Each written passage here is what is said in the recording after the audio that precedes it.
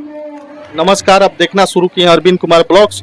और आज हम आए हैं 15 अगस्त के उपलक्ष्य पे मधुसूदन उच्च विद्यालय छितौली स आदर्श राजकीय मध्य विद्यालय छितौली के प्रांगण में।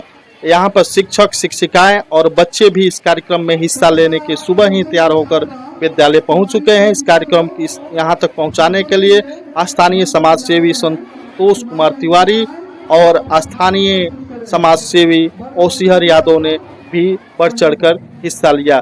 यूँ कहें तो स्थानीय गार्जियन भी यहाँ पे पहुँचे हुए हैं बच्चों के कार्यक्रम को देखने के लिए, और कार्यक्रम भी बहुत सुंदर रहा। यहाँ पर हर बच्चों ने अपनी अपनी प्रस्तुति दी। नाटक का भी कार्यक्रम किया गया, भाषण का कार्यक्रम किया गया और गीत का भी कार्यक्रम किया गया। यहाँ पे बच्ची ने महिलाओं के लिए क्या बोली, सुनते हैं।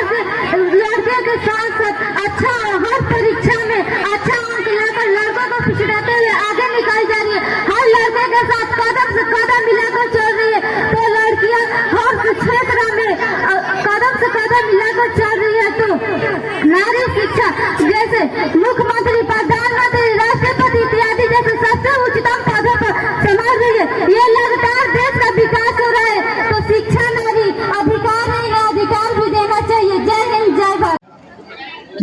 संतोष तिवारी ने क्या कहा, आइए इनकी बात को हम सुनते हैं। जन्म लेने वाले चंद्रशेखर तिवारी, जो आप ही के उम्र बाल वृंद के थे, उनके मन में एक चीज, मैं ज्यादा समय आप लोगों को नहीं दूंगा, लेकिन उस वाक्य का जिक्र अवश्य करूंगा कि स्वतंत्रता आंदोलन में जब उनको पकड़कर जेल लाया गया तो वहाँ जो मजिस्ट्रेट बैठे थे उन्होंने पूछा कि तुम्हारा नाम क्या है, तो उन्होंने स्पष्ट निर्भीक शब्दों में कहा आजाद, जब उनका नाम चंद्रशेखर तिवारी था।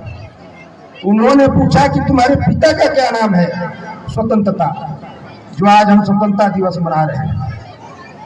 तीसरी बात, उस जेलर ने पूछा कि तुम्हारा घर कहाँ है, तो उन्होंने कहा था प्रत्यग्रह में, कहा था जेल खाना। उस जज महोदय ने 15 कोड़े मारने की सजा दी।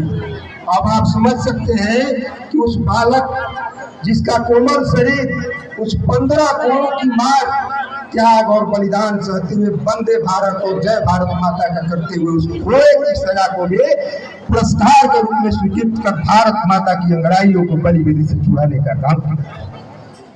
दूसरी बात जो त्याग और बलिदान की है, जब महाराणा प्रताप हल्दी घाटी की लड़ाई लड़ रहे थे, मुगल सेना से उनकी भारी भिड़ंत वर्णित है कि उस समय जब मुगल सेना ने उसे पराजित करने की स्थिति में ला दिया तो वो जंगलों में घूमने लगे। उस जंगल में वो खाने को मुहताज हो गए। लेकिन एक दृश्य आता है, एक वर्णित है कि दुत्ता नाम का एक बालक, जिसके पिता भुंजा महाराणा प्रताप के सैनिक थे, युद्ध में मारे जाते हैं, अकाल पड़ जाता है, सैनिक खाने को मुहताज हो जाते हैं। उस परिस्थिति में दुद्दा नाम का जो बालक रहता है, आप ही के बीच जैसा, आप ही के जैसा, वो 7 दिनों का भूखा रह करके भी जब उसकी माँ उसको खाना देती है तो वो खाना लेकर जंगल की तरफ चल पड़ता है। रास्ते में बहुत परेशानियां आती है। बीच में मुगल सैनिक जब उसको खाना लेकर जाते हुए देखते हैं तो उसे तीर की नोक से उसका बाँह कट जाता है। लहूलुहान स्थिति में जाते हुए भी वो दुद्दा महाराणा प्रताप के पास रोटी पहुंचाकर वहीं गिरकर मर जाता है। मरता नहीं, शहीद होता है।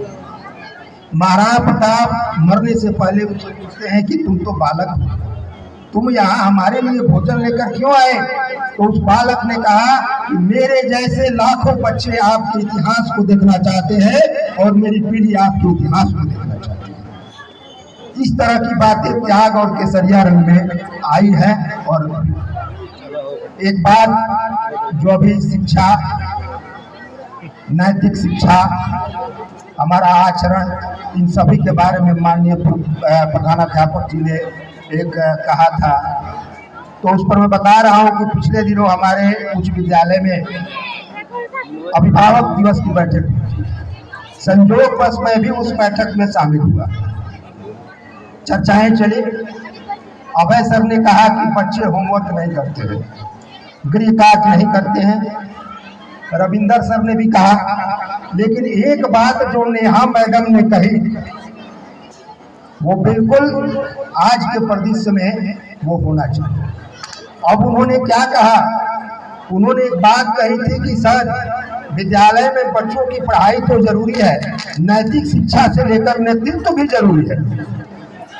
तो हम थोड़ा सोचने लगे, उन पर मैंने सोचा, लेकिन मेरा अंतिम परिणाम सोचने का ये हुआ कि आज से विगत महीनों में 800 वर्षों का इतिहास का जो नालंदा विश्वविद्यालय, जिसका माननीय मुख्यमंत्री और प्रधानमंत्री नरेंद्र मोदी जी आए थे, हमारा इतिहास स्वर्णिम काल में रहा। 10,000 बच्चे उस विद्यालय में पढ़ते थे, देश विदेश के लोग उस विद्यालय में आते थे। लेकिन क्या कारण रहा कि हमारा ये ऐतिहासिक स्वर्ण काल आज खंडहर में तब्दील हुआ, जीर्णोद्धार में आया। अगर वो 10,000 बच्चे भी नेतृत्व की क्षमता के साथ लड़ाई जारी रखते तो हमारा वो ऐतिहासिक काल नहीं होता, अभी भी हम स्वर्णिम काल में होते। तो अतः आप सभी से मेरा आग्रह है, सभी बच्चों से मेरा आग्रह है कि आत्मरक्षा, शरीर रक्षा, शिक्षा की रक्षा, नैतिकता की रक्षा अब हमारे हाथों में है। विशेष सांस्कृतिक आयोजन हो रहा है, समयाभाव के कारण आप लोगों की उपस्थिति हमने देखी है, लेकिन सुखद अनुभूति हमें इस बात की है कि हाँ या ना वाली बीच स्थिति में भी आपने एक ऐसा सफल आयोजन किया, और खास करके छात्राओं ने जो स्वागत गान से लेकर के और जो अभी एक भोजपुरी में उन्होंने स्टेज प्रोग्राम किया है, वो काबिले तारीफ है। और मैं